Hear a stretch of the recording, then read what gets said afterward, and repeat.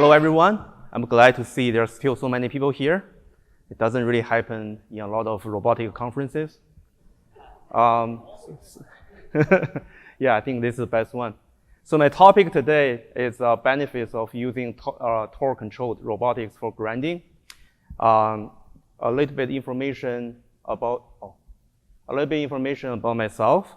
I'm Ran Xu, and I got my PhD in Canada, and did research on motion control and force control of robotic manipulators. Currently, I'm working at Flexiv as a technical lead, developing force and torque control technologies for polishing and grinding applications. So today I'm going to cover 4 topics. The first 3 topics are the unique features of torque-controlled robots. Direct force control. Oh, wow, I win. Yeah. Direct force control, omnidirectional compliance, and vibration reduction. I'm going to explain what they are and why they can benefit your grinding application. And the last section, I'm going to show some videos where torque control arms are deployed in real applications. So throughout today's presentation, I'm going to use Flexiv Robot as an example of torque control robot. This page lists the key features of Flexiv Robot. Most importantly, there is a 1 torque sensor in every joint of these robots.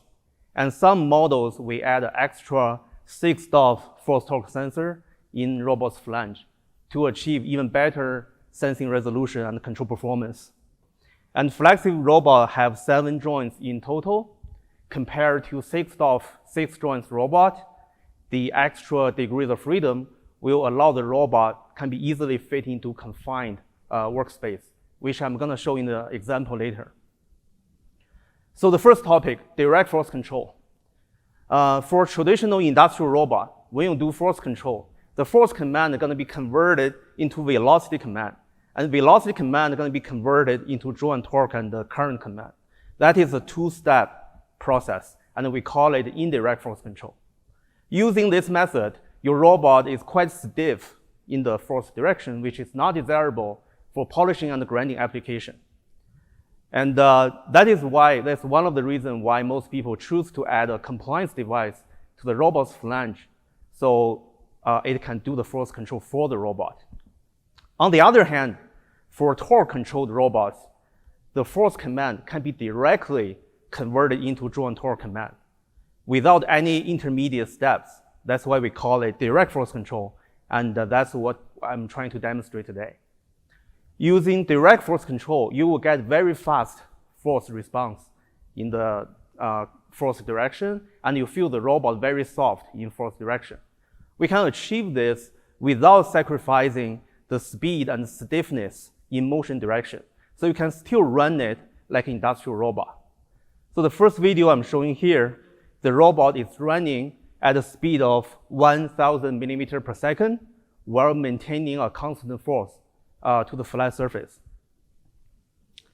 Actually, for Flexiv Robot, they perform equally well on flat and curved surface, which you can see on the second video here.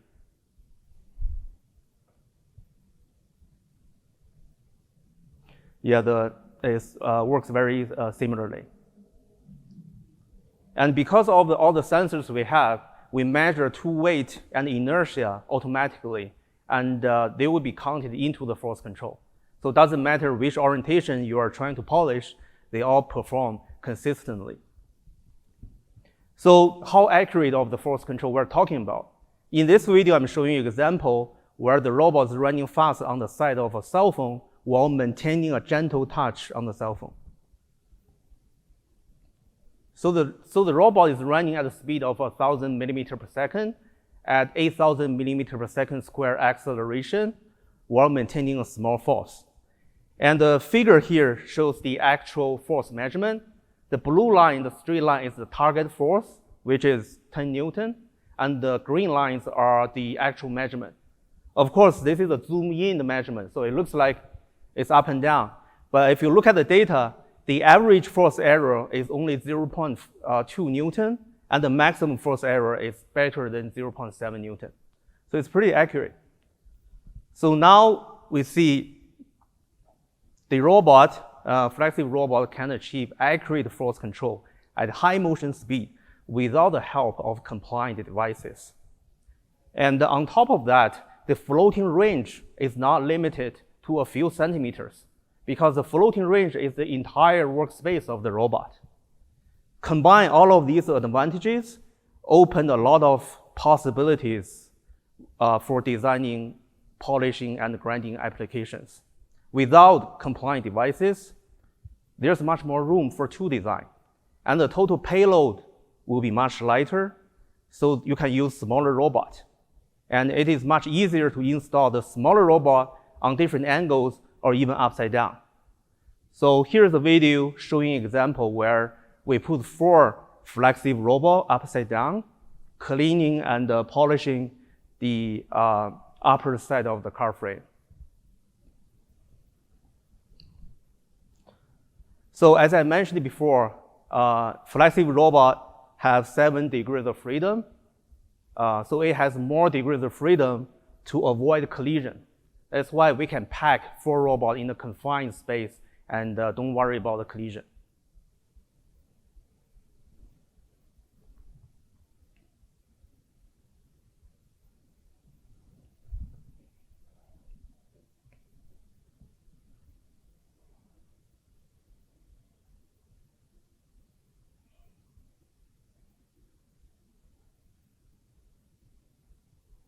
Yeah, and we will have a fast force response. Another benefit is the robot will be able to reject the external disturbance to some extent.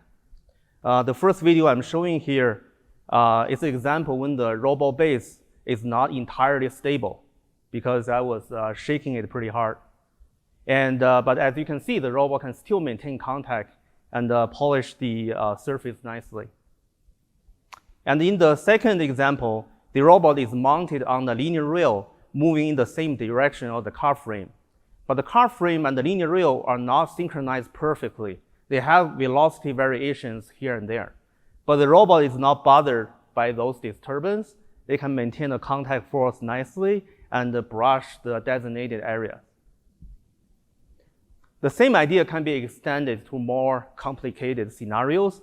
For example, when the robot is mounted on a mobile base, or such as an AGV, then these robots can handle the uncertainties much better than traditional industrial robot.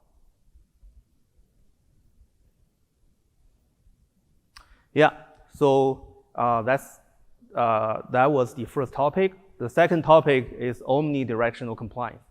It means our compliance is not limited to axial or radial. It can control force in all directions in the Cartesian space.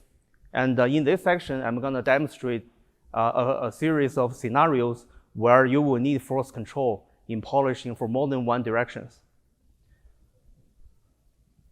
It is pretty common to have multiple sanders for a polishing project. And it is more efficient to install all of the sanders on the robot flange than keep swapping them, because this way you save the cycle time. And for traditional industrial robot, the chances are you need a compliance device for each of the sander, which will increase the cost, complexity, and the future maintenance. For Flexiv robot, we can define the force control in any TCP frame you want, and you can switch the TCP frame online.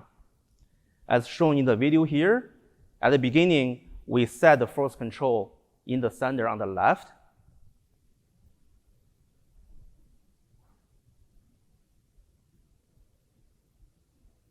And then we switch the force control to the sander on the right.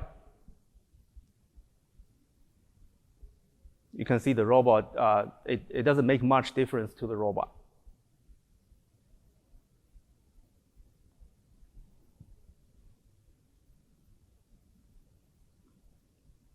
And if you want to add a contact angle between the grinder and the surface you're polishing or grinding, what you really care about is the normal force to the surface. It's not the axial force.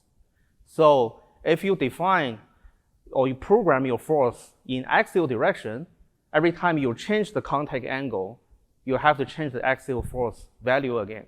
So it's not convenient. But for Flexiv robot, you can directly set the force in the normal direction to a certain surface. It won't be affected by the contact angle at all.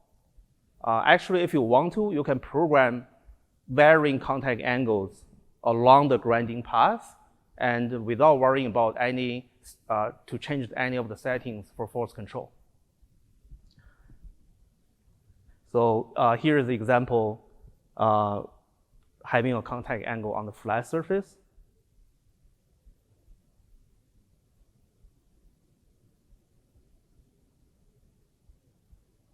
And then you can define the contact angle for the curved surface.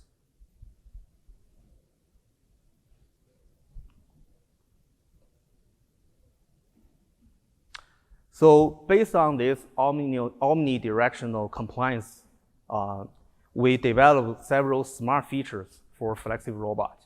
This video shows one example of contour following without any knowledge of the workpiece.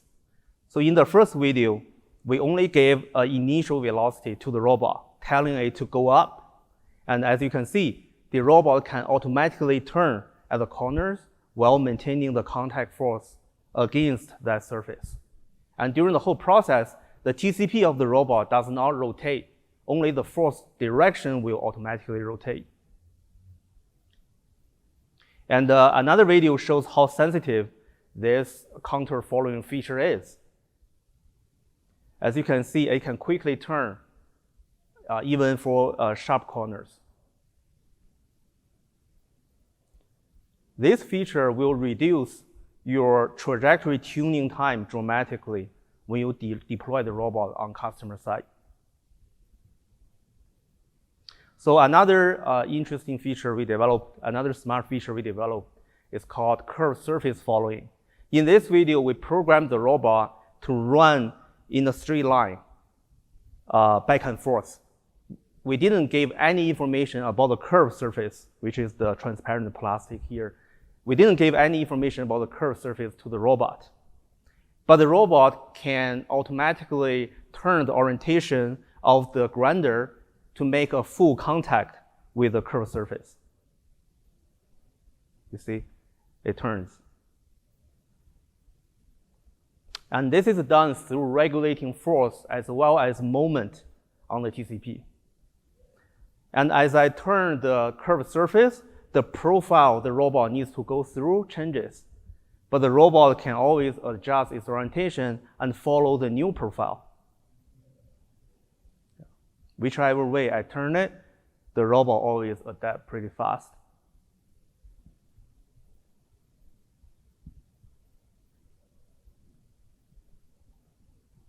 And I can even lift it up.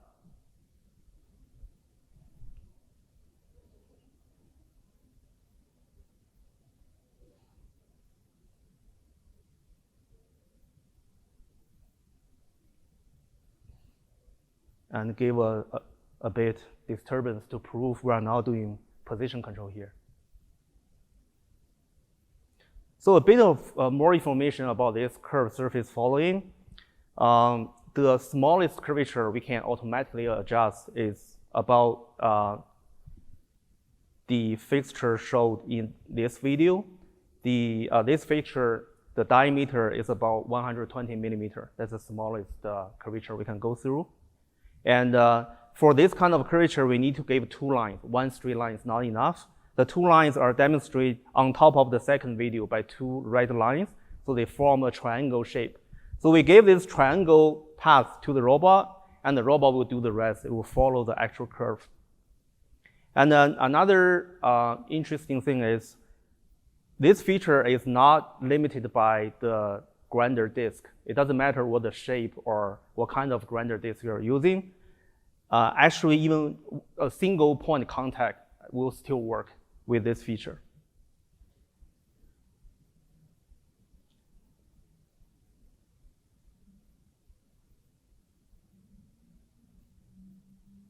Yeah, so another typical scenario where you can take advantage of omnidirectional compliance is when you have standalone grinder. So as shown in this video here, the robot is holding the workpiece and push it against the grinder. And the force direction with respect to the robot changes all the time. So, but with Flexiv Robot, you can set an external TCP on the standalone grinder, and you can define the force direction with respect to the grinder, not to the robot. So it doesn't matter how the robot turns, the compliance is always in the same direction. So this means you don't have to customize your standalone grinders anymore. You can use any off-the-shelf product, and the robot will take care of the compliance part. Another feature I want to mention is to program Flexiv Robot, you don't have to jog it all the time. It can be manually teach. You can drag the robot to a certain point and record the waypoint. Similarly to other collaborative robot. But I don't want to mention collaborative robot, this word today, because some people may don't like it. Yeah. Yeah. So this vibration reduction, this is an inherent feature of torque-controlled arms. So this page summarizes our vibration test. The way we do it is we attach a 5-inch orbital sander to the robot and command the robot to push against a surface and look at the vibration on each joint of the robot. There are 7 figures representing the vibration of 7 joints. And the way we measure vibration is to use torque derivative. So the torque derivative we measure on each joint represents how much vibration it is. So the orange line here on those figures, the blue lines here on those figures are the vibration signal when the robot is in position control. And the orange lines here are the vibration signal when the robot is in torque control. It's the same robot, but in different control mode. So as you can see, by using torque control, you reduce the vibration by 25 to 50%. This means the robot will survive longer in a harsh environment. Okay, so enough talking about the technical details. Let's look at how the robots are used in real applications. It seems like everyone used weld grinding as the first application they show. The same with our robot. So this application is to grind welding spot underneath of a car. So the manual process looks like this. You can see the vibration force is pretty strong. It's difficult to hold the belt sander steadily, even with 2 hands. And the operation space is quite limited, so it's hard to grind on a straight line. It takes about 20 seconds manually to finish a single welding spot.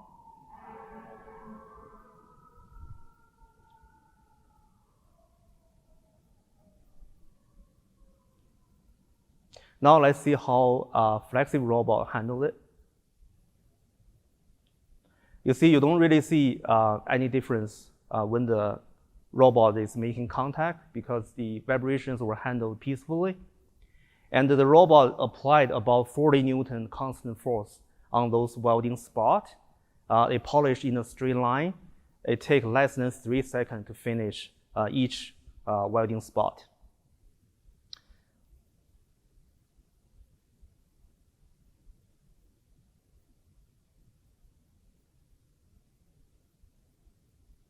So the picture on the top right is the final result of the finishing quality by our robot.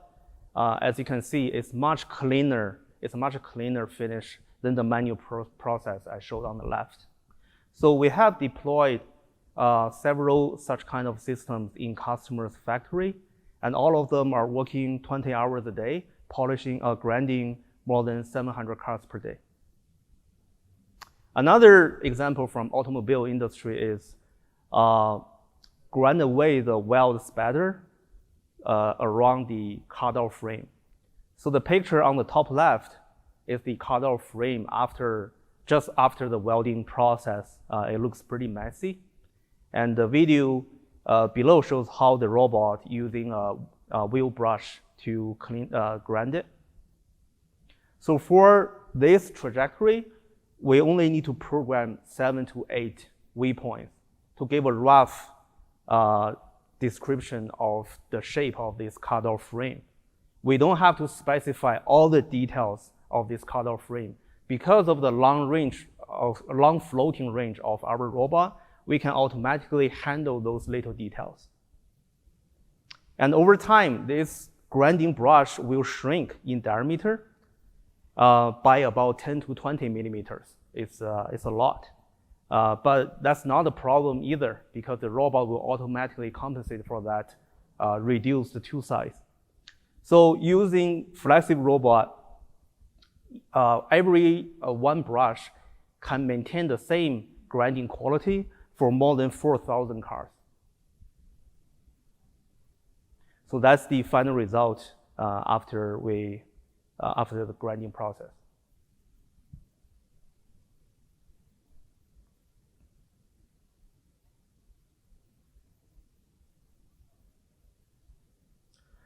So this application is to rough the side of a guitar as a preparation for painting. So the side of a guitar have complex curved surface. So if you use a robot holding the sander, it's pretty difficult to program. Using our robot, you can set the external TCP on the belt sander, and then you drag the robot a full circle. It's a lot easier to program. And also you can set the force control with respect to the belt sander. So that's it's all taken care of. And using this belt sander compared to a small sander you're holding in hand, the cutting efficiency is much higher. That's why the total cycle time is only 10 seconds.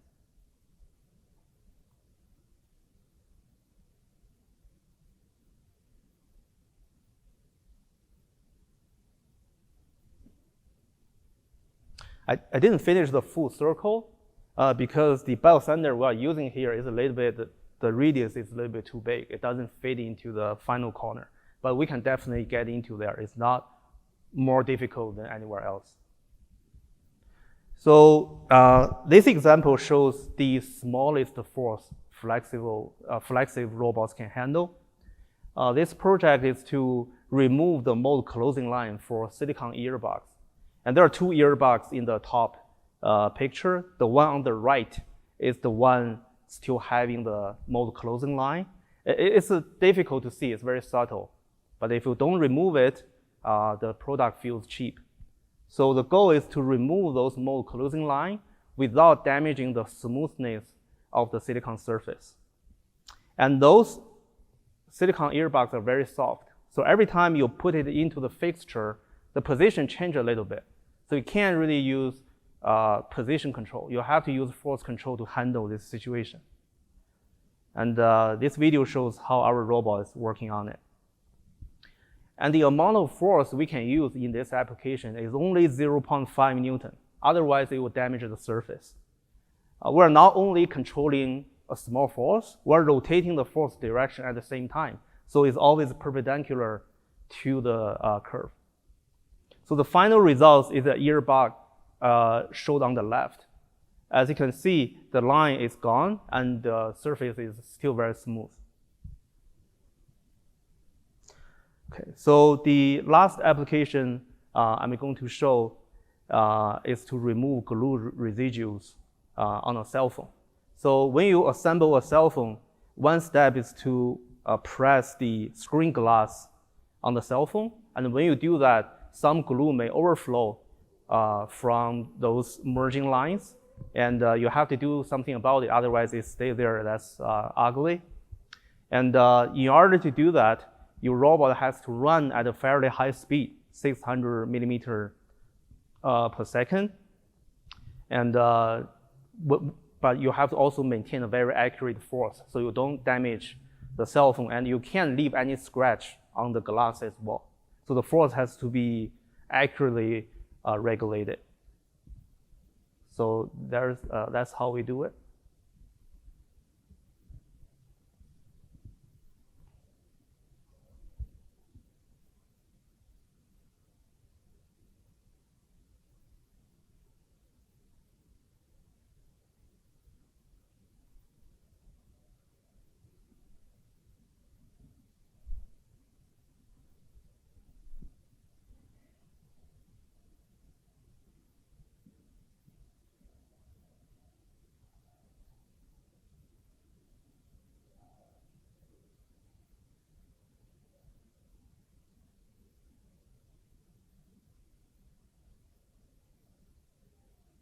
Okay, so that concludes my presentation.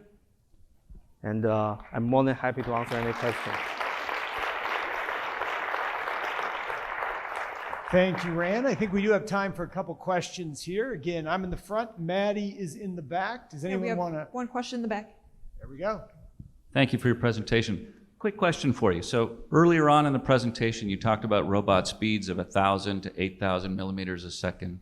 And looking at the testing going in the lab, the robot was moving at very, very high speeds. Yet the industrial application videos show speeds more like 50 to a max maybe of 600 millimeters per second. So what's the real operating speed that gets the job done using a Flexiv robot? It's very much depending on the process itself. So like in the lab, of course, we try highest speed to benchmark the capability of the robot. So we make sure that's not the bottleneck when you really use it in the application. But in the real application, the maximum speed customer require us to do is about 600 millimeters per second. It hasn't go beyond that. And that usually happens because they want to use non-power tool. Some of the polishing process, they haven't been automated. It's done by like human using hand motion and to do that. And that's very hard for industrial robot to mimic this hand motion. So that's usually when customer find us, and that's where we use most of the high-speed applications. And once you have a power tool, then the speed is usually a lot less. What other questions do we have? Anything up here in the front? Anything in the back? I can run, I promise. I can run back there if you have a question. So, Rand, let me ask you this. So you showed a lot of delicate, what I would describe as delicate applications on your videos. You know, what do you sort of see as the next challenge, the next frontier? What's some of the stuff you're trying in the lab, as Evan talks about, that's still difficult to pull off, but you're looking to sort of climb that mountain, so to speak?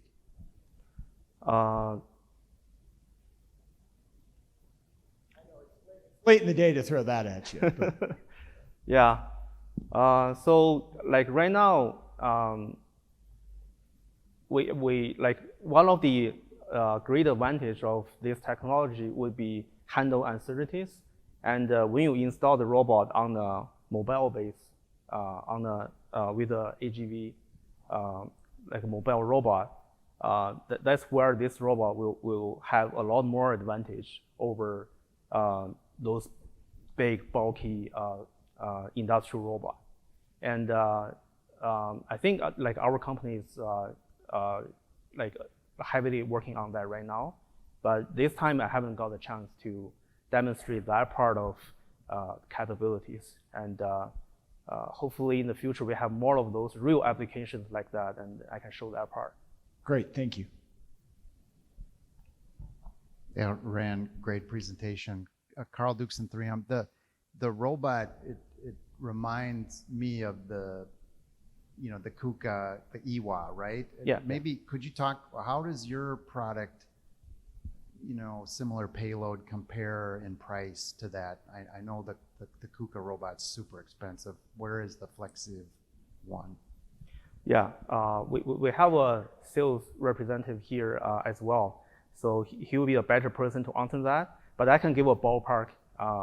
So we have that problem in mind when we built this robot. EVA was being too expensive and difficult to use in the real world. So our robot, the price range is more like UR instead of EVA. Carl's going to get me in trouble with the KUKA people now, but question here in the back.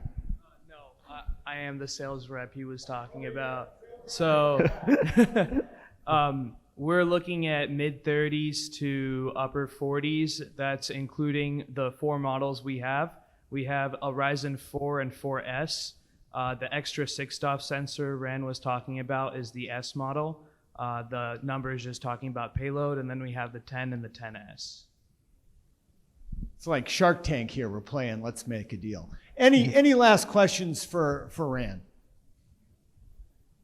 Right there in the middle. Now I'm getting my steps in. Here we go. Careful what you wish for, Robert. Hi, Tyler Jacobson, 3M. I was wondering, with that fast response time, are you seeing any false noise in that, false overloads, or either in that realm, or are you seeing, can it handle those overloads if they are real? Sorry, the question is, the force measurement have false alerts, you were saying? Or? Yeah, so if it has either electrical noise, false overloads, or real false overloads, does it? It goes pretty fast. So can it handle those? Yeah. So the phone application I was showing, the maximum error they can tolerate is ±1 Newton, and we have safety I/O connect to. We have signals will trigger safety I/O. So if we go beyond that range, the production line will stop.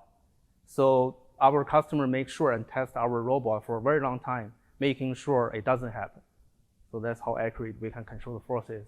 And then when we design those force sensors, large impact, temperature drifting, all of that were already, like we knew other robots have those problems, so we designed those to fix those problems. Ron Chu, thank you very much.